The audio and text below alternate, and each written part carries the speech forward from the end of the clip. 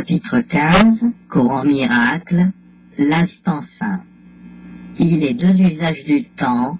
Peux-tu imaginer ce que cela signifie de n'avoir pas de soucis, pas d'inquiétude, pas d'anxiété, mais d'être simplement parfaitement calme et tranquille tout le temps? Or voilà à quoi sert le temps, à apprendre cela et rien de plus. L'enseignant de Dieu ne peut pas être satisfait de son enseignement tant qu'il ne constitue pas tout ton apprentissage. Il n'a pas rempli sa fonction d'enseignant tant que tu n'es pas devenu un apprenant si constant que tu n'apprends que de lui. Quand cela se sera produit, tu n'auras plus besoin d'un enseignant ni de temps dans lequel apprendre. Il est une source de découragement perçu dont tu souffres peut-être, et c'est de croire que cela prend du temps, et que les résultats de l'enseignement du Saint-Esprit se situent loin dans le futur. Il n'en est rien, car le Saint-Esprit utilise le temps à sa propre façon, sans être guidé par lui. Le temps est son ami en enseignement. Il ne le gaspille pas, comme il fait de toi. Tout le gaspillage que le temps semble apporter n'est dû qu'à ton identification à l'ego, qui utilise le temps pour soutenir sa croyance en la destruction. L'ego, comme le Saint-Esprit, utilise le temps pour te convaincre du caractère inévitable du but et de la fin de l'enseignement. Pour l'ego, le but est la mort, qui est sa fin. Mais pour le Saint-Esprit, le but est la vie, qui n'a pas de fin. L'ego est un allié du temps, mais pas un ami, car il est aussi méfiant à l'égard de la mort que de la vie. Et ce qu'il veut pour toi, il ne peut le tolérer. L'ego veut ta mort, mais pas la sienne. Le résultat de son étrange religion doit donc être la conviction de pouvoir te poursuivre outre-tombe. Et dans son désir de devoir trouver la paix, même dans la mort, il t'offre l'immortalité en enfer. Il te parle du ciel, mais il t'assure que le ciel n'est pas pour toi. Comment les coupables peuvent-ils espérer le ciel? La croyance en l'enfer est inéluctable pour ceux qui s'identifient à l'ego. Leurs cauchemars et leurs peurs y sont tous associés. L'ego enseigne que l'enfer est dans le futur, car tout son enseignement va dans cette direction. L'enfer est son but, car bien que l'ego vise la mort et la dissolution comme fin, il n'y croit pas. Le but de mort, qu'il souhaite ardemment pour toi, le laisse insatisfait. Nul n'est sans la peur de la mort qui suit les enseignements de l'ego. Or, si la mort était considérée simplement comme une fin à la douleur, serait-elle crainte? Nous avons déjà vu ce paradoxe étrange dans le système de pensée de l'ego, mais jamais aussi clairement qu'ici. Car l'ego doit sembler te garder loin de la peur pour conserver ton allégeance. Or, il doit engendrer la peur pour se maintenir lui-même. Encore une fois, l'ego essaie, et trop fréquemment avec succès, de faire les deux, en utilisant la dissociation, pour tenir ses buts contradictoires ensemble, de sorte qu'ils semblent être réconciliés. L'ego enseigne ainsi, la mort est la fin de tout espoir en ce qui concerne le ciel. Or, parce que toi et l'ego ne pouvaient pas être séparés, et parce qu'il ne peut concevoir sa propre mort, il te poursuivra encore, parce que la culpabilité est éternelle. Quelle est l'immortalité selon la version de l'ego? Et c'est cela que sa version du temps soutient. L'ego enseigne que le ciel est ici et maintenant parce que le futur est l'enfer. Même quand il attaque sauvagement au point d'attenter à la vie de quelqu'un qui pense que sa voix est la seule qui soit, même à lui il parle de l'enfer. Car il lui dit que l'enfer est aussi ici, et il l'enjoint de faire le saut de l'enfer dans l'oubli. Le seul temps que l'ego permet à quiconque de regarder avec équanimité, c'est le passé. Et encore, sa seule valeur est qu'il n'est plus. Comme il est morne et désespérant, l'usage que l'ego fait du temps. Comme il est terrifiant. Car sous son insistance fanatique pour que le passé et le futur soient les mêmes, se cache une menace beaucoup plus insidieuse pour la paix. L'ego n'affiche pas son ultime menace, car il voudrait que ses adorateurs croient encore qu'il peut leur offrir une évasion. Mais la croyance en la culpabilité doit mener à la croyance en l'enfer, ce qu'elle fait toujours. La seule façon dont l'ego permet d'éprouver la peur de l'enfer, c'est en portant l'enfer ici, mais toujours comme un avant-goût du futur. Car nul ne peut croire que le châtiment finira dans la paix, qui pense mériter l'enfer. Le Saint-Esprit enseigne ainsi, il n'y a pas d'enfer. L'enfer est seulement ce que l'ego a fait du présent. La croyance en l'enfer est ce qui t'empêche de comprendre le présent, parce que tu en as peur. Le Saint-Esprit conduit aussi constamment au ciel que l'ego pousse en enfer. Car le Saint-Esprit, qui ne connaît que le présent, l'utilise pour défaire la peur par laquelle l'ego voudrait rendre le présent inutile. Il n'y a pas d'évasion hors de la peur selon l'usage que l'ego fait du temps. Car le temps, dans son enseignement, n'est qu'un mécanisme d'enseignement pour accumuler la culpabilité jusqu'à ce qu'elle enveloppe tout, et réclame une vengeance éternelle. Le Saint-Esprit défrait tout cela maintenant. La peur n'est pas du présent, mais seulement du passé et du futur, qui n'existent pas. Il n'y a pas de peur dans le présent quand chaque instant se détache clairement, séparé du passé, et sans son ombre s'étirant jusque dans le futur. Chaque instant est une naissance, propre, non ternie, par laquelle le Fils de Dieu émerge du passé dans le présent. Et le présent s'étend à jamais. Il est si beau et si propre et libre, de culpabilité qu'il n'y a là rien d'autre que le bonheur. Il n'y a plus aucun souvenir de ténèbres, et l'immortalité et la joie sont maintenant. Cette leçon ne prend pas de temps. Car qu'est-ce que le temps sans passé ni futur?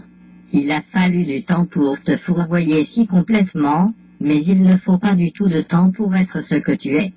Commence à t'exercer dans l'usage du temps que fait le Saint-Esprit comme aide à l'enseignement vers le bonheur et la paix. Prends l'instant même, maintenant, et imagine que c'est tout le temps qu'il y a. Rien ne peut t'atteindre ici qui vienne du passé, et c'est ici que tu es complètement absous, complètement libre et entièrement, sans condamnation. À partir de cet instant saint dans lequel la sainteté est née à nouveau, tu avanceras dans le temps sans crainte, et sans sentiment de changement avec le temps. Le temps est inconcevable sans changement. Or la sainteté ne change pas. Apprends de cet instant davantage que le simple fait que l'enfer n'existe pas. En cet instant rédempteur réside le ciel. Et le ciel ne changera pas, car la naissance dans le saint présent est le salut qui délivre du changement. Le changement est une illusion, enseignée par ceux qui ne peuvent pas se voir non coupables. Il n'y a pas de changement au ciel, parce qu'il n'y a pas de changement en Dieu. Dans l'instant saint, où tu te vois toi-même resplendissant de liberté, tu te souviendras de Dieu. Car se souvenir de lui, c'est se souvenir de la liberté. Si tu es tenté de te décourager en pensant autant qu'il te faudrait pour changer d'esprit aussi complètement, demande-toi, combien de temps dure un instant? Ce peu de temps, ne pourrais-tu pas le donner au Saint-Esprit pour ton salut? Il n'en demande pas plus, car il n'a pas besoin de plus. Il faut bien plus de temps pour t'enseigner à être désireux de le lui donner qu'il n'en faut pour qu'il emploie ce très court instant à t'offrir le ciel tout entier. En échange de cet instant, il se tient prêt à te donner le souvenir de l'éternité. Jamais tu ne donneras cet instant saint au Saint-Esprit au nom de ta délivrance tant que tu seras indésireux de le donner à tes frères au nom de la leur. Car l'instant de sainteté est partagé et ne peut pas être à toi seul.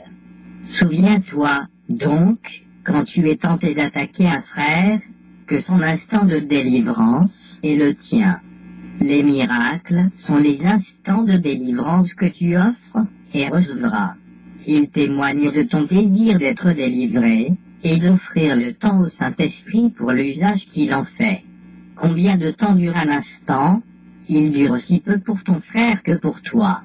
Exerce-toi à donner cet instant béni de liberté à tous ceux qui sont esclaves du temps, et fais du temps un ami pour eux. Leur instant béni, le Saint-Esprit te le donne par le don que tu en fais. Comme tu le donnes, il te l'offre. Ne sois pas indésireux de donner ce que tu voudrais recevoir de lui, car tu te joins à lui en donnant. Dans la pureté cristalline de la délivrance que tu donnes, est ton évasion instantanée hors de la culpabilité. Tu dois être saint si tu offres la sainteté.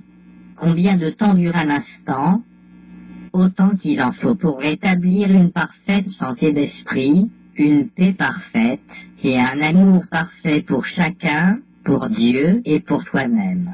Autant qu'il en faut pour te souvenir de l'immortalité, et de tes créations immortelles qui la partagent avec toi. Autant qu'il en faut pour échanger l'enfer contre le ciel. Assez longtemps pour transcender tout ce que l'ego a fait, et pour monter vers ton Père. Le temps est ton ami, si tu en laisses l'usage au Saint-Esprit. Il n'a besoin que de très peu pour te rendre tout le pouvoir de Dieu. Lui qui transcende le temps pour toi comprend à quoi sert le temps. La sainteté ne réside pas dans le temps, mais dans l'éternité. Il n'y eut jamais un instant dans lequel le Fils de Dieu pouvait perdre sa pureté. Son état inchangeable est au-delà du temps, car sa pureté reste à jamais au-delà de l'attaque, et sans variabilité. Dans sa sainteté, le temps s'arrête et ne change pas. Ainsi ce n'est plus du tout le temps. Car pris en ce seul instant de l'éternelle sainteté de la création de Dieu, il est transformé en toujours. Donne l'instant éternel, afin que l'éternité soit rappelée à ton souvenir, en cet instant éclatant de parfaite délivrance. Offre le miracle de l'instant saint par le Saint-Esprit, et laisse-lui le soin de te le donner. La fin du doute, l'expiation est dans le temps, mais pas pour le temps. Étant en toi, elle est éternelle. Ce qui contient le souvenir de Dieu ne peut pas être lié par le temps. Pas plus que toi. Car à moins que Dieu ne soit lié, tu ne peux pas l'être. Un instant offert au Saint-Esprit est offert à Dieu en ton nom, et en cet instant, tu t'éveilleras doucement en lui.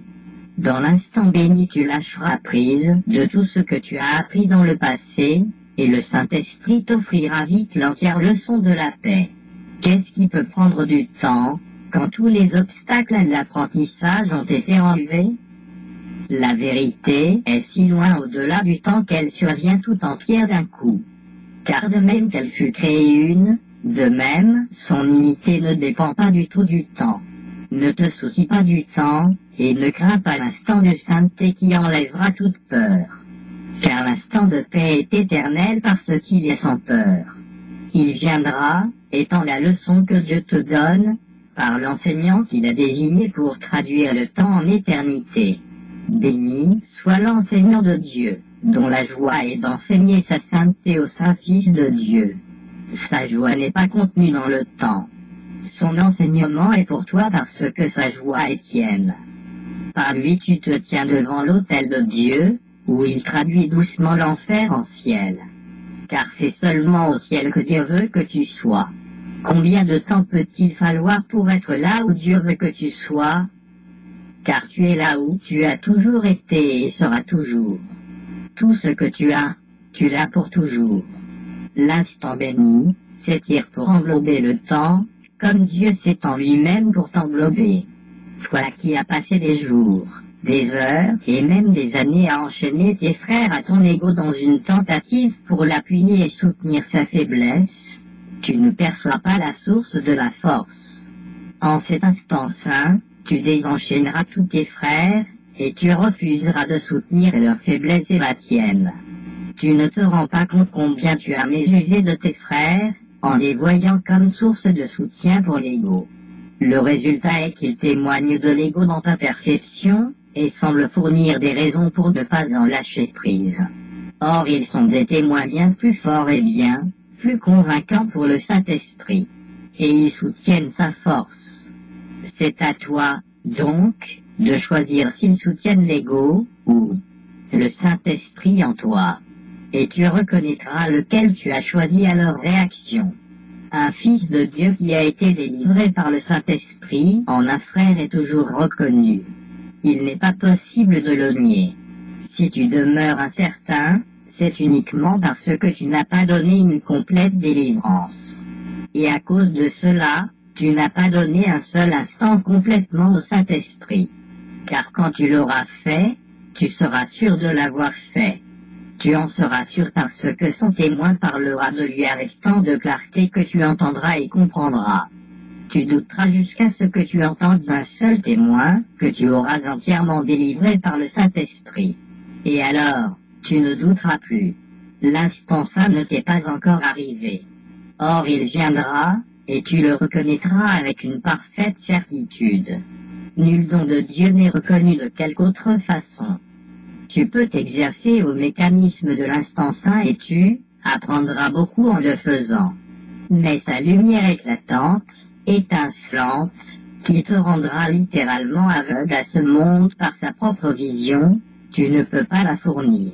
Or là, voici, en ce seul instant, complète, accomplie et donnée tout entière. Commence dès maintenant à t'exercer à ton petit rôle, qui est de séparer du reste l'instant saint. Tu recevras des instructions très concrètes au fur et à mesure que tu avanceras. Apprendre à séparer du reste, cette seule seconde, et à la ressentir comme intemporelle, c'est commencer à ressentir que tu n'es pas séparé. Ne crains pas de ne pas être aidé en cela. L'enseignant de Dieu et sa leçon soutiendront ta force. Ce n'est que ta faiblesse qui te quittera dans cet exercice, car c'est l'exercice du pouvoir de Dieu en toi. Utilise ne serait-ce qu'un instant, et tu ne le nieras jamais plus. Qui peut nier la présence de ce devant quoi l'univers s'incline, avec gratitude et joie, devant la reconnaissance de l'univers qui en témoigne, tes doutes doivent disparaître. Petitesse versus immensité, ne te contente pas de la petitesse, mais sois bien sûr de comprendre ce qu'est la petitesse et pourquoi tu ne pourrais jamais t'en contenter. La petitesse, c'est l'offrande que tu te fais à toi-même. Tu offres cela au lieu de l'immensité et tu l'acceptes. Tout dans ce monde est petit parce que c'est un monde fait de petitesse, dans l'étrange croyance que la petitesse peut te contenter. Quand tu aspires à quoi que ce soit dans ce monde, croyant que cela t'apportera la paix, tu te rapetisses et tu te rends aveugle à la gloire. La petitesse et la gloire sont les choix qui s'offrent à ton aspiration et à ta vigilance. Tu choisiras toujours l'une aux dépens de l'autre. Or, tu ne te rends pas compte, chaque fois que tu choisis, que ton choix est une évaluation de toi-même. Choisis la petitesse, et tu n'auras pas la paix, car tu te seras jugé toi-même indigne d'elle. Et quoi que tu offres comme substitut est un don bien trop pauvre pour te satisfaire. Il est essentiel que tu acceptes le fait, et l'acceptes avec joie, qu'il n'y a aucune forme de petitesse qui puisse jamais te contenter. Tu es libre d'en essayer autant que tu le souhaites, mais tu ne feras que retarder ton retour chez toi, car tu ne seras content que dans l'immensité, qui est ta demeure. Tu as une profonde responsabilité envers toi-même, une responsabilité dont tu dois apprendre à te souvenir en tout temps. La leçon peut paraître dure au début, mais tu apprendras à l'aimer quand tu te rendras compte qu'elle est vraie, et qu'elle ne fait que rendre hommage à ta puissance. Toi qui as cherché et trouvé la petitesse, souviens-toi de ceci, chaque décision que tu prends découle de ce que tu penses être et représente la valeur que tu t'accordes à toi-même. Crois que le petit peut te contenter, et en te limitant, tu ne seras pas satisfait. Car ta fonction n'est pas petite, et ce n'est qu'en trouvant ta fonction, et en la remplissant que tu peux échapper de la petitesse. Il n'y a aucun doute sur ce qu'est ta fonction, car le Saint-Esprit connaît ce qu'elle est. Il n'y a aucun doute sur son immensité, car elle vient à toi par lui de l'immensité. Tu n'as pas à y aspirer, parce que tu l'as. Toutes tes aspirations doivent être dirigées contre la petitesse, car il faut de la vigilance pour protéger ton immensité en ce monde. Rester parfaitement conscient de ton immensité dans un monde de petitesse, c'est une tâche que les petits ne peuvent entreprendre. Or voilà ce qui est demandé de toi, en hommage à ton immensité et non à ta petitesse. Et ce n'est pas non plus seulement de toi que cela est demandé. La puissance de Dieu soutiendra chaque effort que tu fais au nom de son cher Fils. Cherche le petit, et tu te lis à toi-même sa puissance. Dieu n'est pas désireux que son Fils soit content de moins que tout, car il n'est pas content sans son Fils, et son Fils ne peut se contenter de moins que ce que son Père lui a donné. Je t'ai demandé plus tôt, voudrais-tu être l'otage de l'ego ou l'hôte de Dieu? Laisse le Saint-Esprit te poser cette question chaque fois que tu prends une décision. Car chaque décision que tu prends y répond, et conséquemment invite la tristesse ou la joie. Quand Dieu s'est donné à toi en ta création, il t'a établi pour toujours comme son hôte. Il ne t'a pas quitté, et tu ne l'as pas quitté. Toutes tes tentatives pour nier son immensité, et faire de son Fils l'otage de l'ego, ne peuvent pas rendre petit celui que Dieu a joint à lui-même. Chaque décision que tu prends est pour le ciel ou pour l'enfer, et ce que tu as choisi devient ce dont tu as conscience. Le Saint-Esprit peut tenir ton immensité, laver de toute petitesse, clairement et en parfaite sécurité dans ton esprit, intouché par chaque petit don que le monde de la petitesse voudrait t'offrir. Mais pour cela, tu ne peux pas te ranger contre lui dans ce qu'il veut pour toi. Décide de choisir Dieu par lui. Car la petitesse et la croyance que tu peux te contenter de petitesse sont des décisions que tu prends à ton sujet. La puissance et la gloire qui viennent de Dieu et résident en toi sont pour tous ceux qui, comme toi, se perçoivent eux-mêmes petits et croient que la petitesse peut être gonflée jusqu'à devenir un sentiment d'immensité capable de les contenter. Ne donne pas la petitesse et ne l'accepte pas non plus. Tout honneur est dû à l'hôte de Dieu. Ta petitesse te trompe, mais ton immensité est de celui qui demeure en toi et en qui tu demeures. Ne touche personne, donc, avec petitesse au nom du Christ, hôte éternel de son Père. En cette saison, Noël, qui célèbre la naissance de la sainteté en ce monde, joins-toi à moi qui ai décidé de choisir la sainteté pour toi. Notre tâche, ensemble, est de rendre la conscience de son immensité à l'hôte que Dieu a désigné pour lui-même. Faire le don de Dieu, cela est au-delà de toute ta petitesse, mais pas au-delà de toi. Car Dieu voudrait se donner lui-même à travers toi. Il va de toi vers chacun, et par-delà chacun vers les créations de son Fils, mais sans te quitter. Bien au-delà de ton petit monde, mais toujours en toi, il s'étend à jamais. Or il amène toutes ses extensions à toi, qui es son hôte. Est-ce un sacrifice de laisser la petitesse derrière toi et de ne plus errer en vain? Ce n'est pas un sacrifice de s'éveiller à la gloire, mais c'est un sacrifice d'accepter moins que la gloire. Apprends que tu dois être digne du prince de la paix, né en toi en l'honneur de celui dont tu es l'hôte. Tu ne connais pas ce que l'amour signifie parce que tu as cherché à l'acheter avec de petits dons, l'estimant ainsi trop petitement pour en comprendre l'immensité. L'amour n'est pas petit, et l'amour demeure en toi, car tu es son hôte. Devant la grandeur qui vit en toi, ta piètre appréciation de toi-même, et toutes les petites offrandes que tu donnes glissent dans le néant. Saint enfant de Dieu, quand apprendras-tu que seule la sainteté peut te contenter et te donner la paix? Souviens-toi que tu n'apprends pas pour toi seul, pas plus que je ne l'ai fait. C'est parce que j'ai appris pour toi que tu peux apprendre de moi. Je ne voudrais t'enseigner que ce qui t'appartient, afin qu'ensemble, nous puissions remplacer la misérable petitesse qui est l'hôte de Dieu à la culpabilité et à la faiblesse par l'heureuse prise de conscience de la gloire qui est en lui. Ma naissance en toi est ton éveil à la grandeur.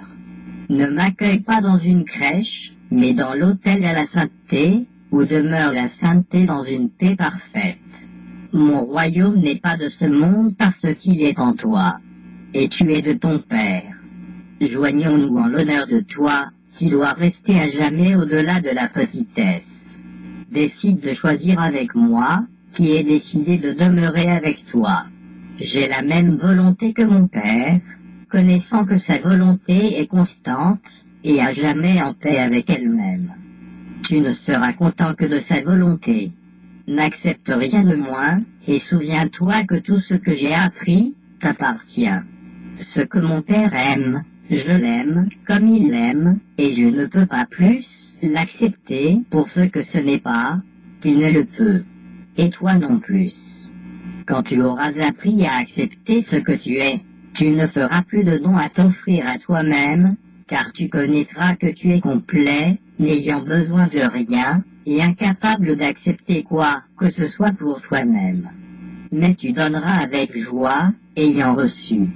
L'hôte de Dieu n'a pas besoin de chercher pour trouver quoi que ce soit.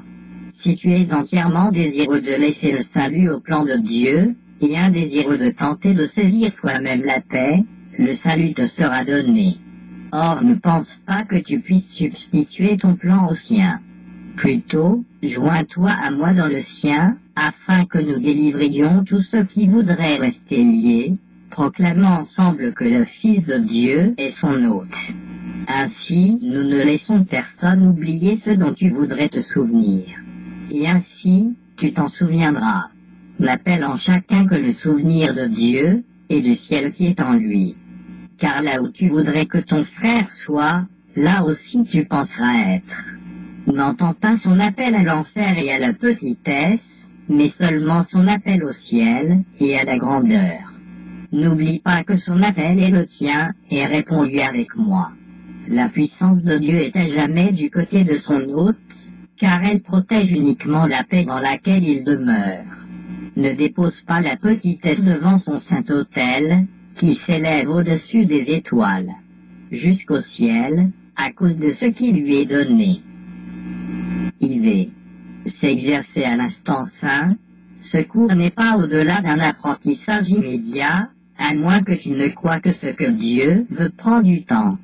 Et cela signifie seulement que tu préfères retarder la reconnaissance du fait que telle est sa volonté. L'instant saint est cet instant-ci et chaque instant. Celui que tu veux pour l'être l'est. Celui que tu ne veux pas pour l'être est perdu pour toi. À toi de décider quand il est. Ne le retarde pas. Car au-delà du passé et du futur, où tu ne le trouveras pas, il est là qui scintille, prêt à être accepté par toi. Or, tu ne peux pas avoir la joie d'en prendre conscience tant que tu n'en veux pas, car il contient ton entière délivrance de la petitesse. Ta pratique doit donc reposer sur ton désir de lâcher, prise de toute petitesse. L'instant où l'immensité se fait jour en toi n'est pas plus éloigné que ton désir de lui. Aussi longtemps que tu ne le désires pas et chéris plutôt la petitesse, dans cette mesure, il est loin de toi. Dans la mesure où tu le veux, tu le rapproches de toi. Ne pense pas que tu puisses trouver le salut à ta façon et l'avoir. Abandonne chaque plan que tu as fait pour ton salut en échange de celui de Dieu. Le sien te contentera et rien d'autre ne peut t'apporter la paix. Car la paix est de Dieu et de nul autre que lui. Sois humble devant lui et grand pourtant en lui. Et n'estime aucun plan de l'ego avant le plan de Dieu. Car tu laisses vacante ta place dans son plan que tu dois remplir si tu veux te joindre à moi, par ta décision de te joindre à tout autre plan que le sien. Je t'appelle à remplir ton saint rôle dans le plan qu'il a donné au monde pour sa délivrance de la petitesse. Dieu voudrait que son hôte demeure en parfaite liberté. Toute allégeance à un plan de salut à part de lui diminue la valeur de sa volonté pour toi dans ton propre esprit. Et pourtant, c'est ton esprit qui est son hôte. Voudrais-tu apprendre à quel point le saint autel sur lequel ton Père s'est placé lui-même est parfait et immaculé? Cela, tu le reconnaîtras dans l'instant saint, où tu abandonneras de plein gré, et avec joie, tout autre plan que le sien. Car là réside la paix, parfaitement claire, parce que tu as été désireux de remplir ces conditions. Tu peux réclamer l'instant saint quand tu le veux, et où tu le veux. Dans ta pratique, essaie d'abandonner chaque plan que tu as accepté pour trouver l'immensité dans la petitesse. Elle n'est pas là. Utilise l'instant 5 uniquement pour reconnaître que tu ne peux pas connaître seul où elle est, et ne peux que te tromper toi-même. Je me tiens au-dedans de l'instant 5, aussi clair que tu me veux. Et la mesure dans laquelle tu apprends à m'accepter est la mesure du temps durant lequel l'instant saint t'appartiendra. Je t'appelle à faire tiens l'instant saint tout de suite, car la délivrance de la petitesse dans l'esprit de l'hôte de Dieu dépend du désir et non du temps. La raison pour laquelle ce cours est simple, c'est que la vérité est simple. La complexité est de l'ego, et n'est rien de plus qu'une tentative de l'ego pour obscurcir l'évidence. Tu pourrais vivre à jamais dans l'instant saint, à partir de maintenant et jusque dans l'éternité, si ce n'était d'une raison très simple. N'obscurcis pas la simplicité de cette raison, car si tu le fais ce sera seulement parce que tu préfères ne pas la reconnaître, et ne pas en lâcher prise. La simple raison, énoncée simplement, est la suivante. L'instant saint est un temps pendant lequel tu reçois et donnes une communication parfaite. Cela signifie, toutefois, que c'est un temps pendant lequel ton esprit est ouvert, à la fois pour recevoir et pour donner. C'est la reconnaissance de ce que tous les esprits sont en communication. Par conséquent, ils ne cherchent pas à changer quoi que ce soit, mais simplement à tout accepter. Comment peux-tu faire cela quand tu préfères avoir des pensées privées et les garder? La seule façon d'y arriver serait de nier la communication parfaite qui fait de l'instant saint ce qu'il est. Tu crois que tu peux abriter des pensées que tu n'aurais pas à partager, et que le salut consiste à garder des pensées pour toi seul.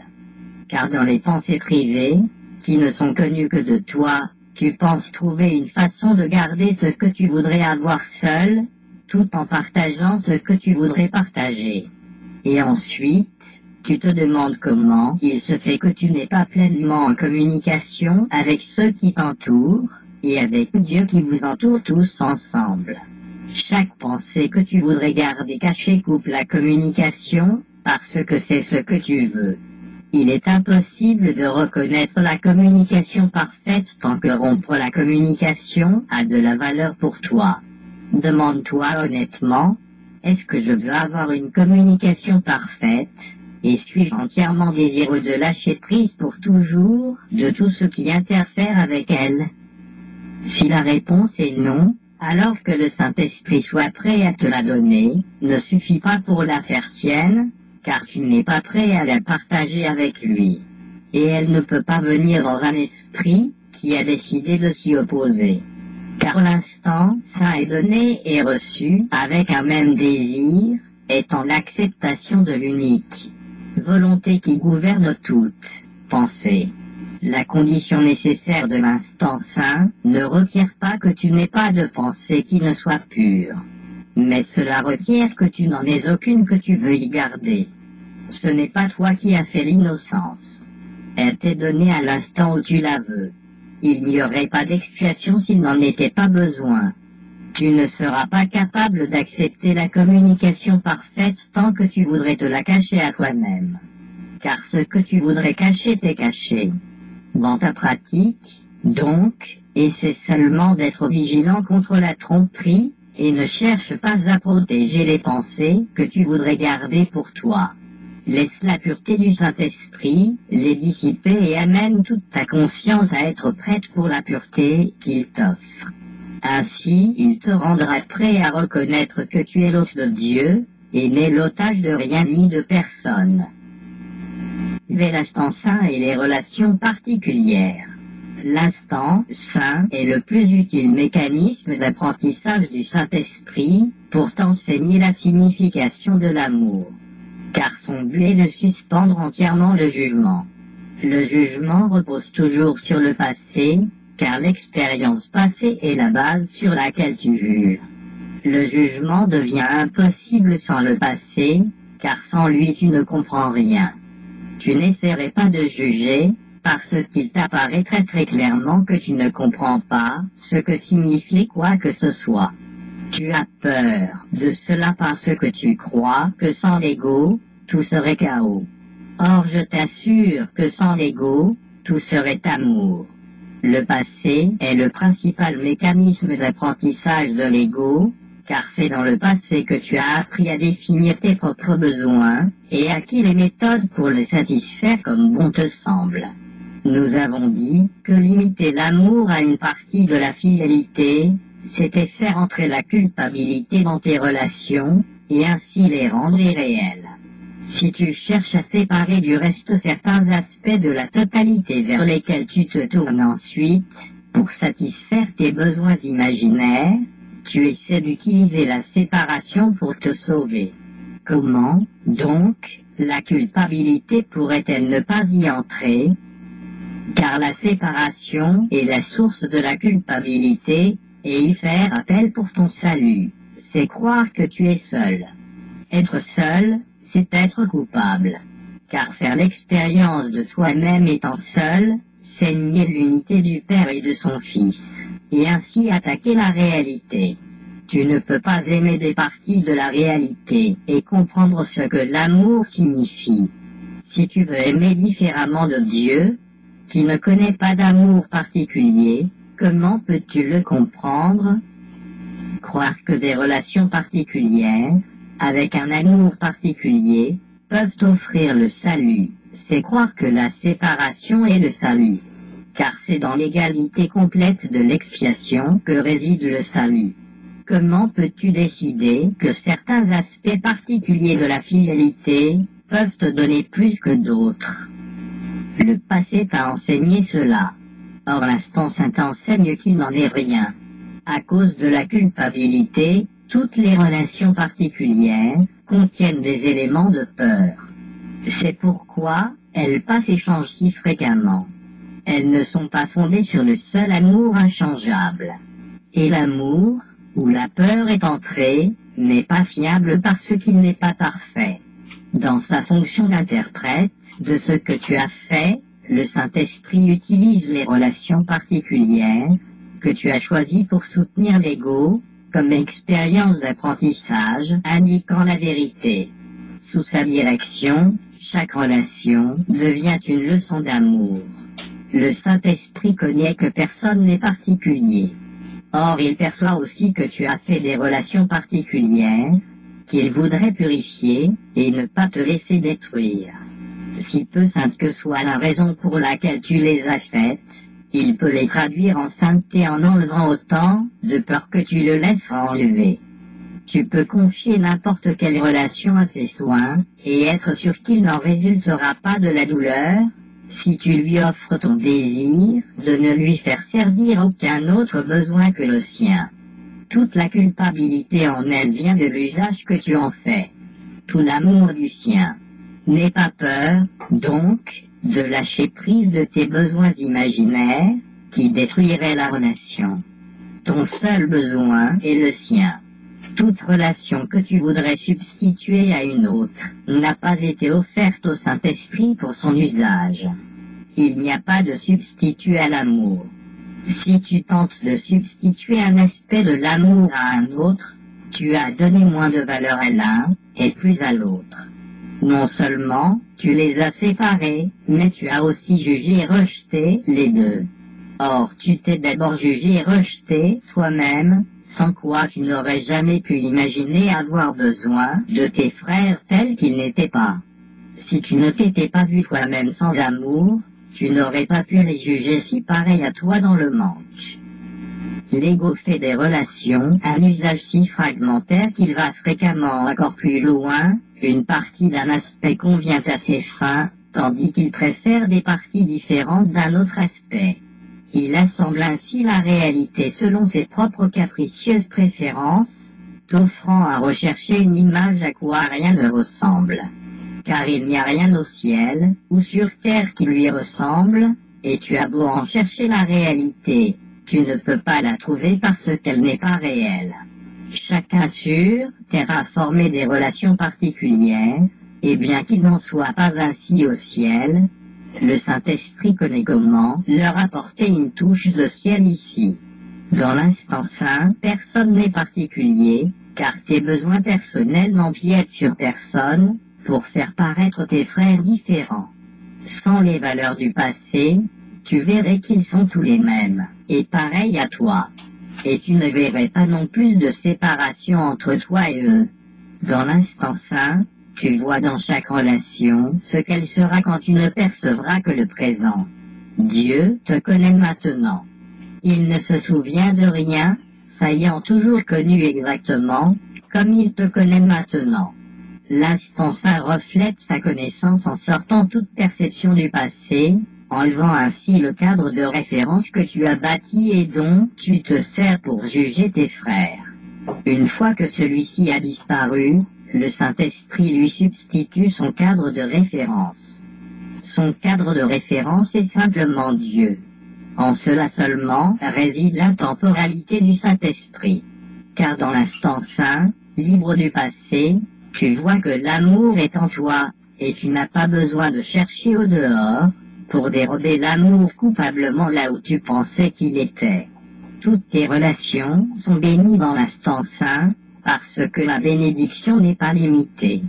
Dans l'instant saint, la fidélité profite en ne faisant qu'un, et unie dans ta bénédiction, elle devient une pour toi.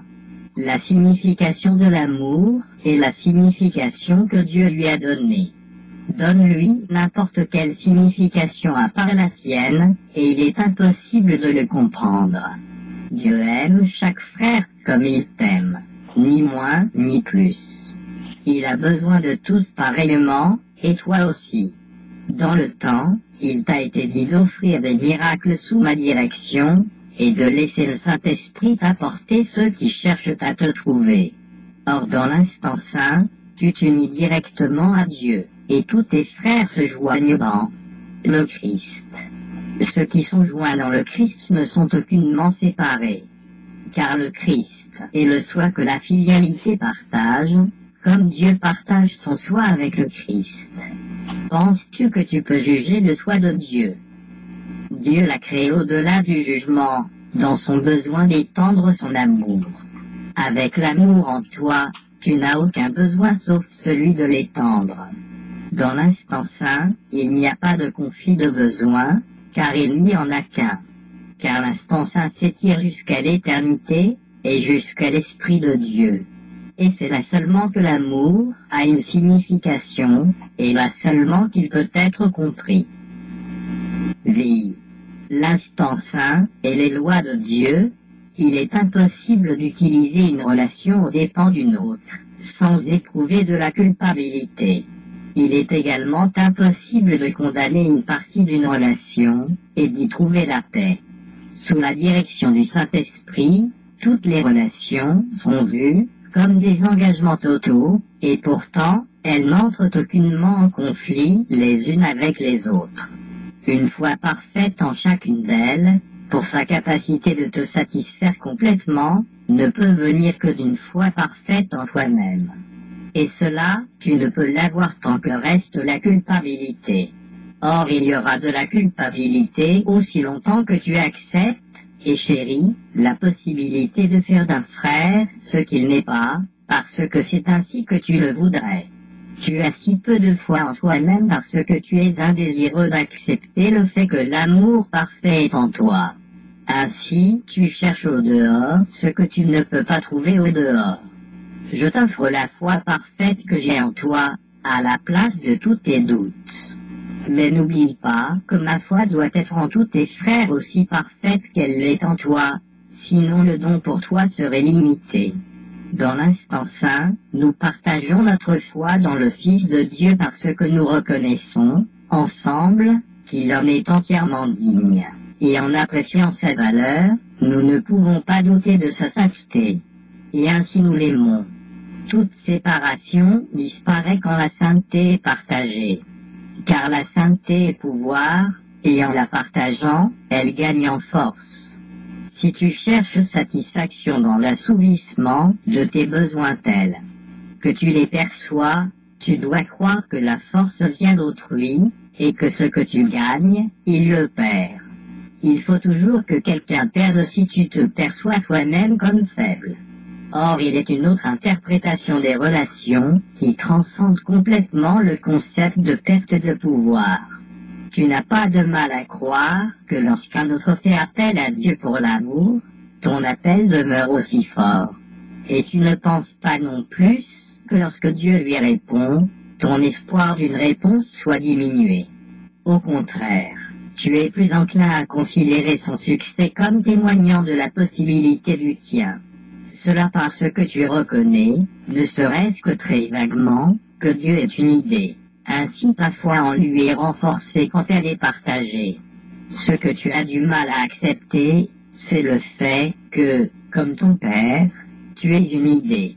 Et comme lui, tu peux te donner complètement, entièrement et sans jamais de perte, mais toujours un gain. En cela réside la paix, car ici, il n'y a pas de conflit. Dans le monde du manque, l'amour n'a pas de signification et la paix est impossible. Car gain et perte sont tous deux acceptés et ainsi nul n'est conscient que l'amour parfait est en lui. Dans l'instant saint, tu reconnais l'idée de l'amour en toi et tu unis cette idée à l'esprit qui l'a pensée et qui ne pouvait pas l'abandonner. En la tenant en lui-même, il n'y a pas de perte. Ainsi l'instant saint devient une leçon sur la façon de tenir tous tes frères dans ton esprit en faisant l'expérience non de la perte, mais de la complétude. De là, il suit que tu peux seulement donner. Et cela est amour, car cela seul est naturel selon les lois de Dieu. Dans l'instant saint, les lois de Dieu prévalent, et elles seules ont une signification. Les lois de ce monde cessent d'avoir la moindre signification. Lorsque le Fils de Dieu accepte les lois de Dieu comme étant sa propre joyeuse volonté, il est impossible qu'il soit lié ou limité en aucune façon. En cet instant, il est aussi libre que Dieu le veut. Car à l'instant où il refuse d'être lié, il n'est pas lié. Dans l'instant saint, il n'arrive rien qui n'ait toujours été. Seulement le voile qui était tiré sur la réalité est levé. Rien n'a changé. Or la prise de conscience de cette inchangeabilité vient rapidement, comme le voile du temps est écarté. Nul ne peut, qui n'a pas encore fait l'expérience du revers du voile, qui ne s'est pas senti irrésistiblement attiré par la lumière qui est derrière, avoir foi en l'amour sans peur. Or le Saint-Esprit te donne cette foi, parce qu'il me l'a offerte, et je l'ai acceptée. Ne crains pas que l'instant saint te soit refusé, car je ne l'ai pas refusé. Et par moi le Saint-Esprit te le donne, comme tu le donneras. Ne laisse aucun besoin que tu perçois obscurcir ton besoin de cela. Car dans l'instant saint, tu reconnaîtras le seul besoin que partagent également les fils de Dieu. Et l'ayant reconnu, tu te joindras à moi pour offrir ce dont il est besoin. C'est par nous que la paix viendra. Joins-toi à moi dans l'idée de la paix, car en idée, les esprits peuvent communiquer. Si tu voulais te donner toi-même comme ton Père donne son soi, tu arriverais à comprendre la nature du soi. Et en cela, la signification de l'amour est comprise. Mais souviens-toi que comprendre est de l'esprit, et seulement de l'esprit. La connaissance est donc de l'esprit, et ses conditions sont avec elle dans l'esprit. Si tu n'étais pas une idée, et rien qu'une idée, tu ne pourrais pas être en pleine communication avec tout ce qui a toujours été. Or aussi longtemps que tu préfères être autre chose, ou voudrais tenter de n'être rien d'autre et autre chose à la fois, tu ne te souviendras pas du langage de la communication que tu connais parfaitement. Dans l'instant saint vient le souvenir de Dieu, et avec lui le souvenir du langage de la communication avec tous tes frères. Car vous vous souvenez de la communication ensemble, comme de la vérité. Il n'y a pas d'exclusion dans l'instant saint parce que le passé a disparu, et avec lui disparaît toute la base de l'exclusion. Sans sa source, l'exclusion disparaît. Et cela permet à ta source, et à celle de tous tes frères, de la remplacer dans ta conscience. Dieu et le pouvoir de Dieu prendront leur juste place en toi, et tu feras l'expérience de la pleine communication des idées avec les idées. Par ton aptitude à faire cela, tu apprendras ce que tu dois être, car tu commenceras à comprendre ce qu'est ton Créateur, et ce qu'est sa création avec lui. VI. L'inutile sacrifice. Au-delà de la piètre attraction de la relation d'amour particulière, est toujours obscurcie par celle-ci, et la puissante attraction du Père sur son Fils. Il n'y a pas d'autre amour qui puisse te satisfaire, parce qu'il n'y a pas d'autre amour. C'est le seul amour qui soit pleinement donné, et pleinement rendu. Étant complet, il ne demande rien. Étant entièrement pur, tous ceux qui sont joints en lui ont tout. Ce n'est la base d'aucune relation ou entre l'ego. Car chaque relation dans laquelle l'ego s'embarque est particulière. L'ego n'établit des relations que pour obtenir quelque chose. Et il voudrait que le donneur lui reste lié par la culpabilité. Quelle que soit la relation, il est impossible que l'ego y entre sans colère, car l'ego croit que la colère fait des amis. Ce n'est pas ce qu'il dit, mais c'est son but. Car l'ego croit réellement qu'il peut obtenir et garder en rendant coupable. Voilà son unique attraction, une attraction si faible qu'elle n'aurait pas du tout de prise, sauf que personne ne la reconnaît. Car il semble toujours que c'est par l'amour que l'ego attire. Or il n'exerce aucune attraction sur quiconque perçoit que c'est par la culpabilité qu'il attire. L'attraction maladive de la culpabilité doit être reconnue pour ce qu'elle est. Puisqu'elle a été rendue réelle pour toi, il est essentiel que tu la regardes clairement et que tu apprennes, en lui retirant ton investissement, à en lâcher prise. Nul ne choisirait de lâcher prise de ce qu'il croit avoir de la valeur. Or l'attraction de la culpabilité n'a de la valeur pour toi que parce que tu n'as pas regardé ce qu'elle est, et la jugé complètement dans le noir. Quand nous la porterons à la lumière, tu te demanderas seulement pourquoi tu as jamais pu vouloir d'elle. Tu n'as rien à perdre à regarder les yeux grands ouverts, car une telle laideur n'a pas sa place dans ton Saint-Esprit. Cet hôte de Dieu ne peut avoir là de réel investissement. Nous avons dit plutôt que l'ego tente de maintenir et d'augmenter la culpabilité, mais de telle façon que tu ne reconnaisses pas ce qu'elle te ferait. Car la doctrine fondamentale de l'ego est que ce que tu fais aux autres, tu y as échappé. L'ego ne veut de bien à personne. Or sa survie dépend de ta croyance que tu es exempté de ses intentions mauvaises. Par conséquent, il te conseille que si tu es son hôte, cela te permettra de diriger sa colère vers l'extérieur et ainsi de te protéger. Il s'embarque donc dans une interminable et infructueuse chaîne de relations particulières, de colère forgée et vouée à cette unique et insane croyance que plus tu investis de la colère à l'extérieur de toi, plus tu es en sécurité. C'est cette chaîne qui lie le Fils de Dieu à la culpabilité, et c'est cette chaîne que le Saint-Esprit voudrait ôter de son Esprit Saint. Car la chaîne de sauvagerie n'a pas sa place autour de l'hôte choisi de Dieu, qui ne peut se faire l'hôte de l'ego. Au nom de sa délivrance, et au nom de celui qui voudrait le délivrer, regardons de plus près les relations que l'ego combine, et laissons le Saint-Esprit les juger véritablement. Car il est certain que si tu les examines, tu les lui offriras avec joie. Ce qu'il peut en faire, tu ne le sais pas, mais tu deviendras désireux de le découvrir si tu es d'abord désireux de percevoir ce que tu en as fait. D'une façon ou d'une autre, chaque relation que c'est l'ego est fondée sur l'idée qu'en se sacrifiant lui-même, il devient plus gros. Le sacrifice, qu'il considère comme une purification, est en fait la racine de son amer ressentiment.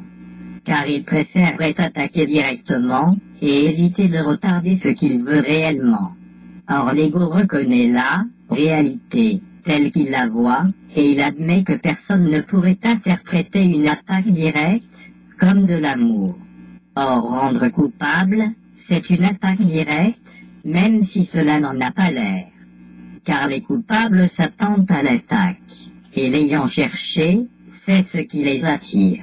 Dans ces relations insanes, l'attraction de ce que tu ne veux pas semble être beaucoup plus forte que l'attraction de ce que tu veux. Car chacun pense avoir sacrifié quelque chose à l'autre, et pour cela il le hait. Il pense pourtant que c'est ce qu'il veut. Il n'est pas du tout amoureux de l'autre. Il croit simplement qu'il est amoureux du sacrifice. Et pour ce sacrifice, qu'il exige de lui-même, il exige que l'autre accepte la culpabilité et se sacrifie lui-même aussi. Le pardon devient impossible, car l'ego croit que pardonner à un autre, c'est le perdre. C'est seulement par l'attaque sans le pardon que l'ego peut s'assurer de la culpabilité qui maintient la cohésion de toutes ces relations. Or, elles ne tiennent qu'en apparence. Car les relations, pour l'ego, signifient seulement que les corps sont ensemble. C'est toujours cela qu'exige l'ego, et il ne voit pas d'objection ou qu'aille l'esprit et quoi qu'il pense, car cela semble sans importance. Tant que le corps est là pour recevoir son sacrifice, il est content. Pour l'ego, l'esprit est privé, et seul le corps peut être partagé. Les idées sont foncièrement sans intérêt, sauf dans la mesure où elles rapprochent ou éloignent de lui le corps d'un autre. Et c'est sous ce rapport qu'il évalue les idées comme bonnes ou mauvaises. Ce qui rend un autre coupable, et le tient par la culpabilité, bon. Ce qui le délivre de la culpabilité, mauvais, parce qu'il ne croirait plus que les corps communiquent, et ainsi il disparaîtrait. Souffrance et sacrifice sont les dons avec lesquels l'ego voudrait bénir toutes les unions. Et ceux qui sont unis à son autel acceptent la souffrance et le sacrifice comme prix de leur union. Dans ces alliances coléreuses, nées de la peur de la solitude, et pourtant vouées à la continuation de la solitude, chacun cherche à soulager sa culpabilité en l'augmentant chez l'autre. Car chacun croit que cela diminue la culpabilité en lui. Il semble toujours que l'autre est en train de l'attaquer et de le blesser, peut-être avec des riens, peut-être inconsciemment, mais jamais sans exiger de sacrifice. La furie de ceux qui sont joints à l'autel de l'ego excède de beaucoup la conscience que tu en as. Car de ce que l'ego veut réellement, tu ne te rends pas compte. Chaque fois que tu es en colère, tu peux être sûr que tu as formé une relation particulière, que l'ego a bénie, car la colère est sa bénédiction. La colère prend de nombreuses formes, mais elle ne peut pas tromper longtemps ceux qui apprendront que l'amour n'apporte aucune culpabilité, et que ce qui apporte la culpabilité ne peut pas être l'amour, et doit être la colère. Toute colère n'est rien de plus qu'une tentative pour amener quelqu'un à se sentir coupable, et cette tentative est la seule base qu'accepte l'ego pour les relations particulières. La culpabilité est le seul besoin qu'a l'ego, et aussi longtemps que tu t'identifies à lui, la culpabilité reste attirante pour toi. Or, souviens-toi de ceci, être avec un corps, ce n'est pas communiquer. Et si tu penses que ce l'est, tu te sentiras coupable à propos de la communication, et tu auras peur d'entendre le Saint-Esprit, reconnaissant dans sa voix ton propre besoin de communiquer. Le Saint-Esprit ne peut pas t'enseigner à travers la peur. Et comment peut-il communiquer avec toi tant que tu crois que communiquer, c'est esseler? Manifestement, il est insane de croire qu'en communiquant, tu seras abandonné. Et pourtant beaucoup le croient, car ils pensent qu'ils doivent garder leur esprit privé, sans quoi ils le perdraient, tandis que si leurs corps sont ensemble, leur esprit reste à eux. L'union des corps devient ainsi la façon de garder les esprits séparés. Car les corps ne peuvent pardonner. Ils peuvent seulement faire ce que l'esprit commande. L'illusion de l'autonomie du corps et de son aptitude à vaincre la solitude n'est que le fonctionnement du plan de l'ego pour établir sa propre autonomie. Aussi longtemps que tu croiras qu'être avec un corps, c'est avoir de la compagnie, tu te sentiras forcé d'essayer de garder ton frère dans son corps, tenu là par la culpabilité. Et tu verras la sécurité dans la culpabilité et le danger dans la communication. car l'ego enseignera toujours que la solitude est résolue par la culpabilité et que la communication est la cause de la solitude. Malgré l'évidente insanité de cette leçon, beaucoup l'ont apprise. Le pardon réside dans la communication aussi sûrement que la damnation réside dans la culpabilité. C'est la fonction d'enseignant du Saint-Esprit d'instruire ceux qui croient que la communication est la damnation, que la communication est le salut. Et il le fera, car le pouvoir de Dieu en lui et en toi sont joints en une relation réelle, si sainte et si forte qu'elle peut vaincre même cela sans peur. C'est par l'instant saint que ce qui semble impossible est accompli, montrant à l'évidence que ce n'est pas impossible.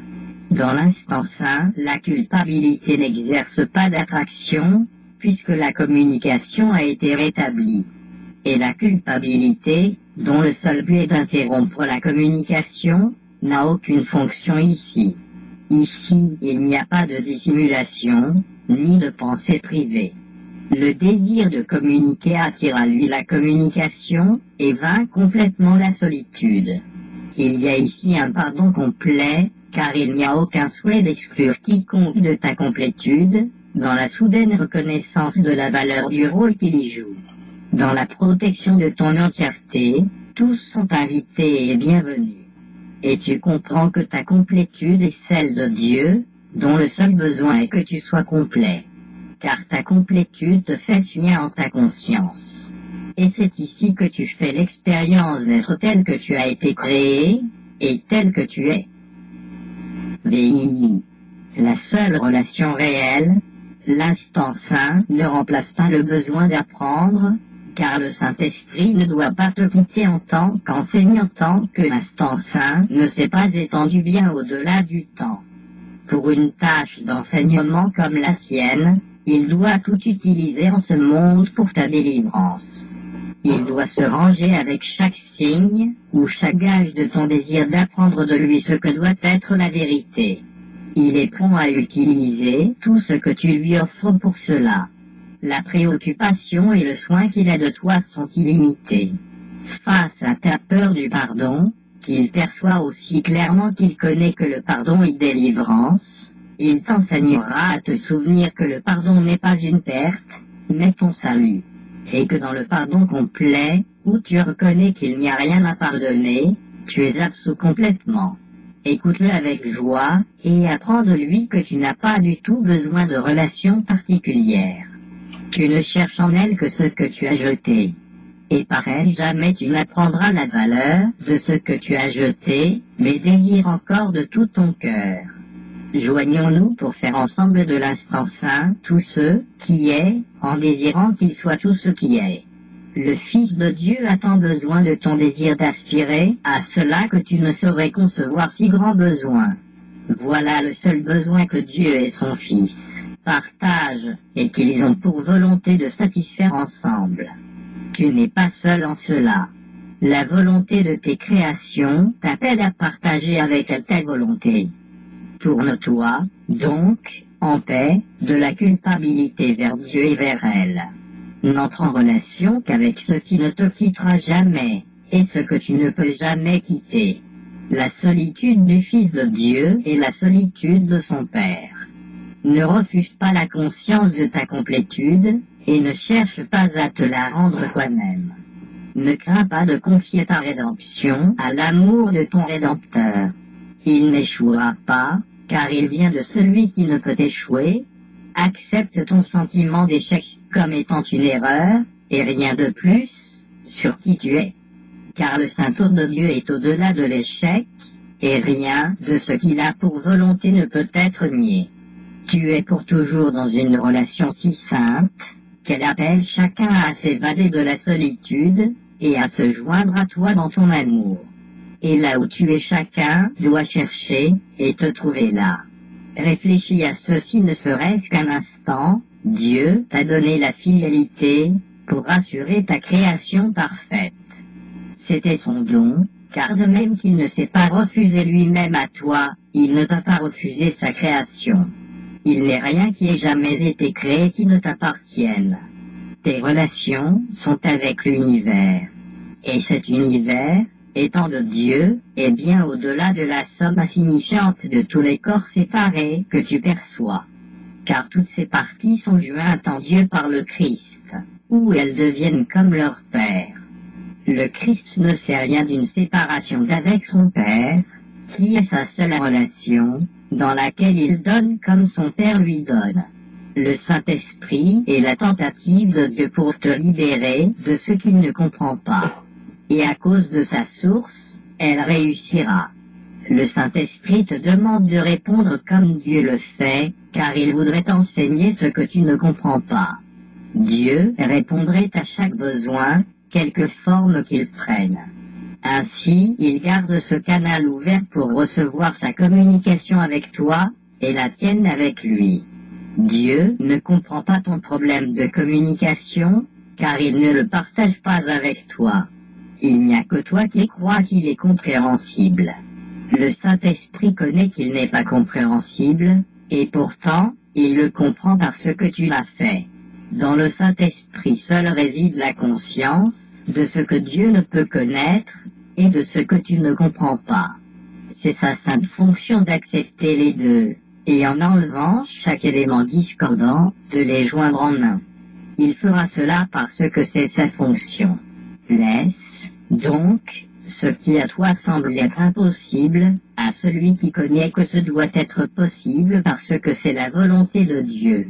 Et laisse celui dont l'enseignement est seulement de Dieu, t'enseigner la seule signification des relations. Car Dieu a créé la seule relation qui ait une signification, et c'est sa relation avec toi. X. L'instant saint est l'attraction de Dieu. De même que l'ego voudrait limiter au corps la perception que tu as de tes frères, de même, le Saint-Esprit voudrait délivrer ta vision et te laisser voir les grands rayons qui irradient d'eux, si illimités qu'ils vont jusqu'à Dieu. C'est ce passage à la vision qui s'accomplit dans l'instant saint. Or, il est besoin que tu apprennes exactement ce que ce passage entraîne, pour que tu deviennes désireux de le rendre permanent. Étant donné ce désir, il ne te quittera pas, car il est permanent. Une fois que tu l'as accepté comme étant la seule perception que tu veuilles, elle est traduite en connaissance par le rôle que Dieu lui-même joue dans l'expiation, car c'est la seule étape en elle qu'il comprenne. Par conséquent, en cela, il n'y a pas de retard lorsque tu es prêt. Dieu est prêt maintenant, mais toi tu ne l'es pas. Notre tâche est simplement de continuer, le plus vite possible, le nécessaire processus qui consiste à regarder en face toutes les interférences et à les voir exactement telles qu'elles sont. Car il est impossible de reconnaître pour entièrement insatisfaisant ce que tu penses vouloir. Le corps est le symbole de l'ego, comme l'ego est le symbole de la séparation. Et les deux ne sont rien de plus que des tentatives pour limiter la communication et par là la rendre impossible. Car la communication doit être illimitée pour avoir une signification, et privée de signification, elle ne te satisfera pas complètement. Or, elle reste le seul moyen par lequel tu peux établir des relations réelles, lesquelles n'ont pas de limite, ayant été établies par Dieu. Dans l'instant saint, où les grands rayons remplacent le corps dans la conscience, il t'est donné de reconnaître les relations sans limite. Mais afin de voir cela, il est nécessaire d'abandonner chaque usage que l'ego fait du corps, et d'accepter le fait que l'ego n'a aucun but que tu voudrais partager avec lui. Car l'ego voudrait limiter chacun à un corps à ses propres fins, et tant que tu penseras qu'il a un but, tu choisiras d'utiliser les moyens par lesquels il essaie de tourner son but en accomplissement. Cela ne sera jamais accompli. Or, tu as sûrement reconnu que l'ego, dont les buts sont tout à fait inatteignables, y aspire avec toute sa puissance, et il fait cela avec la force que tu lui as donnée. Il est impossible de diviser ta force entre le ciel et l'enfer, entre Dieu et l'ego, tout en libérant ta puissance créatrice, ce qui est le seul but pour lequel elle t'a été donnée. L'amour donnerait toujours une augmentation. Les limites sont exigées par l'ego et représentent ses exigences, qui sont de faire petit et ineffectif. Limite à son corps, ta vue de ton frère, ce que tu feras tant que tu ne voudras pas l'en libérer, et tu as refusé le don qu'il te fait. Son corps ne peut pas faire ce don, et ne le cherche pas par le tien. Or vos esprits sont déjà continus, et leur union a seulement besoin d'être acceptée pour que la solitude au ciel ait disparu. Si seulement tu laissais le Saint-Esprit te parler de l'amour que Dieu a pour toi, et du besoin qu'ont tes créations d'être à jamais avec toi, tu ressentirais l'attraction de l'Éternel. Nul ne peut l'entendre parler de cela et rester longtemps désireux de traîner ici. Car c'est ta volonté d'être au ciel, où tu es complet et tranquille, dans des relations si sûres et si pleines d'amour, que toute limite est impossible. N'échangerais-tu pas tes petites relations contre cela? Car le corps est petit et limité, et seuls ceux que tu voudrais voir sans les limites que l'ego voudrait leur imposer peuvent t'offrir le don de la liberté. Tu n'as aucune conception des limites que tu as mises à ta perception, ni aucune idée de toute la beauté que tu pourrais voir. Mais souviens-toi de ceci, l'attraction de la culpabilité s'oppose à l'attraction de Dieu. Son attraction sur toi reste illimitée, mais parce que ton pouvoir, étant le sien, est aussi grand que le sien, tu peux te détourner de l'amour. Ce que tu investis dans la culpabilité, tu le retires à Dieu. Et ta vue devient faible, basse et limitée, car tu as tenté de séparer le Père du Fils, et de limiter leur communication. Ne cherche pas l'expiation dans une plus grande séparation. Et ne limite pas ta vision du Fils de Dieu à ce qui interfère avec sa délivrance, et ce que le Saint-Esprit doit défaire pour le libérer. Car sa croyance dans les limites l'a emprisonné. Quand le corps cessera de t'attirer, et quand tu ne lui attacheras pas de valeur comme moyen d'obtenir quoi que ce soit, alors il n'y aura pas d'interférence dans la communication, et tes pensées seront aussi libres que celles de Dieu. Quand tu laisses le Saint-Esprit t'enseigner comment utiliser le corps dans le seul but de communiquer, et renonce à l'utiliser pour la séparation et l'attaque que l'ego voit en lui, tu apprends que tu n'as pas du tout besoin d'un corps. Dans l'instant saint, il n'y a pas de corps, et tu ressens seulement l'attraction de Dieu. En l'acceptant pour indivisé, tu te joins à lui tout entier, en un instant, car tu ne mets aucune limite à ton union avec lui. La réalité de cette relation devient la seule vérité que tu pourrais jamais vouloir. Toute vérité est là. X le temps de la renaissance, il est en ton pouvoir, dans le temps, de retarder l'union parfaite du Père et du Fils. Car il est vrai qu'en ce monde, l'attraction de la culpabilité se dresse entre eux. Ni le temps ni les saisons ne signifient quoi que ce soit dans l'éternité. Or ici, c'est la fonction du Saint-Esprit de les utiliser, mais pas comme l'ego les utilise. Voici la saison où tu célèbres ma naissance dans le monde. Or tu ne sais pas comment le faire. Laisse le Saint-Esprit t'enseigner, et laisse-moi célébrer ta naissance par lui. Le seul don que je puisse accepter de toi, c'est le don que je t'ai fait. Délivre-moi comme moi je choisis ta propre délivrance. Nous célébrons ensemble le temps du Christ, car il n'a pas de signification si nous sommes séparés. L'instant, ça est véritablement le temps du Christ. Car en cet instant libérateur, nulle culpabilité n'est imposée au Fils de Dieu, et sa puissance illimitée lui est ainsi rendue. Quel autre don peux-tu m'offrir, quand je choisis de t'offrir seulement cela? Et me voir, c'est me voir en chacun, et offrir à chacun le don que tu m'offres. Je suis aussi incapable que Dieu de recevoir un sacrifice, et chaque sacrifice que tu demandes de toi, tu le demandes de moi. Apprends maintenant que toute espèce de sacrifice n'est qu'une limite imposée à l'acte de donner. Et par cette limitation, tu as limité ton acceptation du don que je t'offre. Nous qui ne faisons qu'un, ne pouvons pas donner séparément. Quand tu es désireux d'accepter notre relation pour réelle, la culpabilité n'exerce pas d'attraction sur toi. car dans notre union, tu accepteras tous nos frères. Le don de l'union est le seul don que je sois né pour donner. Donne-le-moi, afin que tu puisses l'avoir. Le temps du Christ est le temps désigné pour le don de la liberté, offert à chacun. Et en l'acceptant, tu l'offres à chacun. Il est en ton pouvoir de rendre cette saison sainte, car il est en ton pouvoir de faire en sorte que le temps du Christ soit maintenant. Il est possible de faire cela tout d'un coup parce qu'un seul changement de perception est nécessaire, car tu as fait une seule erreur. Elle semble être nombreuse, mais c'est toujours la même. Car bien que l'ego prenne de nombreuses formes, c'est toujours la même idée. Ce qui n'est pas l'amour est toujours la peur, et rien d'autre. Il n'est pas nécessaire de suivre la peur sur tous les chemins tortueux par lesquels elle creuse sous la terre, et se cache dans les ténèbres, pour en émerger sous des formes très différentes de ce qu'elle est. Or, il est nécessaire d'examiner chacune d'elles aussi longtemps que tu voudras conserver le principe qui les gouverne toutes. Quand tu es désireux de les considérer, non pas comme séparés, mais comme des manifestations différentes de la même idée que tu ne veux pas, elles disparaissent ensemble. L'idée est toute simple, tu crois qu'il est possible d'être l'hôte de l'ego, ou l'otage de Dieu.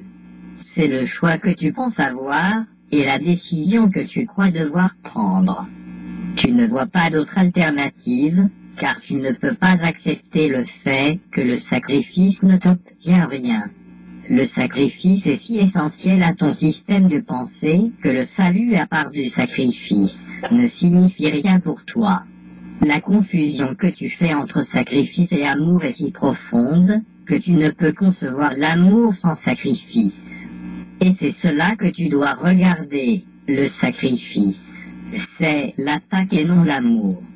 Si tu voulais seulement accepter cette seule idée, ta peur de l'amour disparaîtrait. La culpabilité ne saurait durer lorsque l'idée de sacrifice a été enlevée. Car s'il y a sacrifice, quelqu'un doit payer et quelqu'un doit obtenir.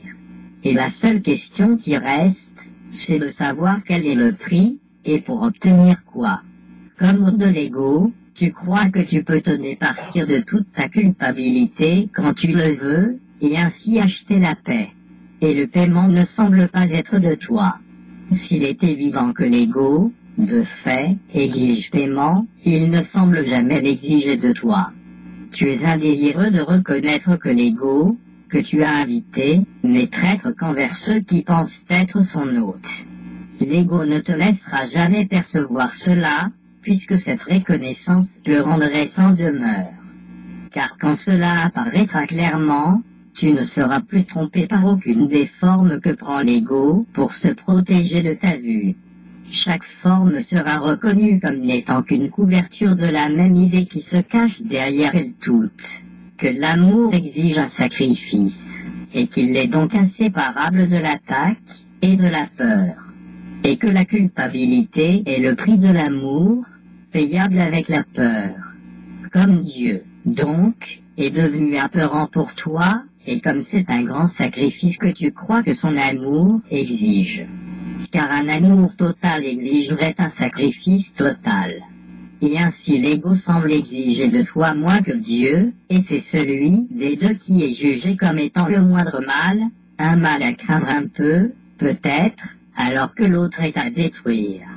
Car tu vois l'amour comme destructeur, et ta seule question est de savoir qui est à détruire, toi ou un autre. Tu cherches à répondre à cette question dans tes relations particulières, où tu sembles être à la fois le destructeur et le détruit en partie, mais incapable d'être l'un ou l'autre complètement. Et cela, penses-tu, te sauve de Dieu, dont l'amour total te détruirait complètement. Tu penses que tout le monde en dehors de toi exige ton sacrifice, mais tu ne vois pas que toi seul exige un sacrifice, et seulement de toi-même. Or l'exigence de sacrifice est si sauvage et si apparente que tu ne peux l'accepter là où elle est. Le prix réel pour ne pas accepter cela était si élevé que tu as préféré te départir de Dieu plutôt que de le regarder. Car si Dieu exigeait de toi un sacrifice total, il semble plus sûr de le projeter à l'extérieur, et loin de toi, et de ne pas être son hôte.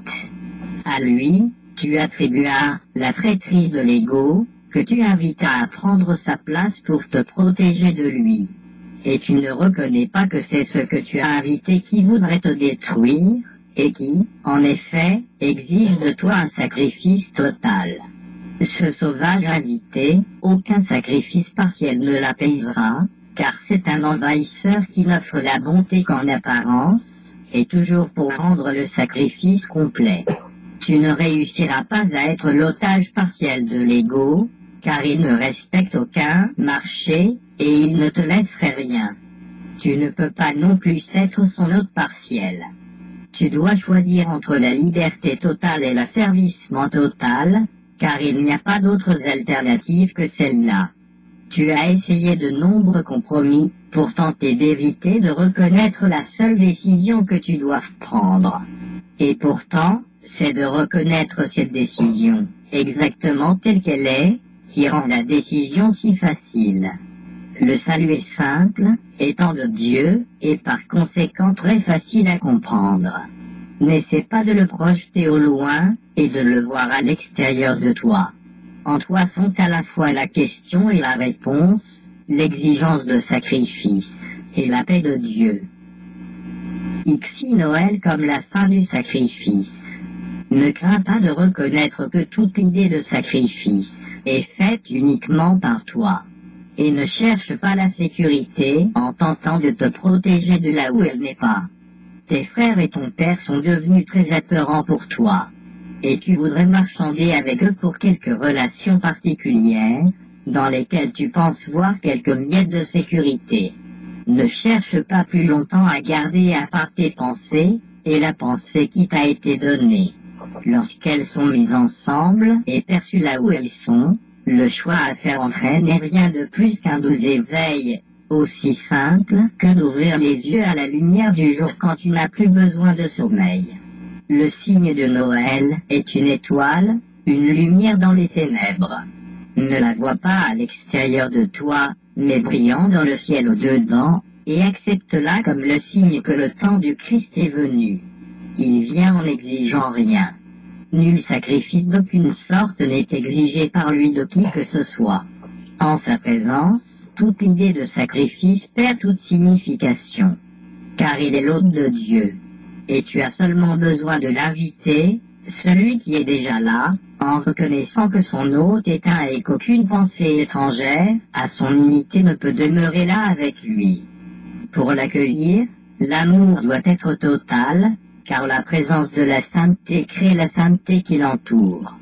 Nulle peur ne peut toucher l'hôte qui berce Dieu au temps du Christ, car l'hôte est aussi saint que l'innocence parfaite qu'il protège, et dont le pouvoir le protège.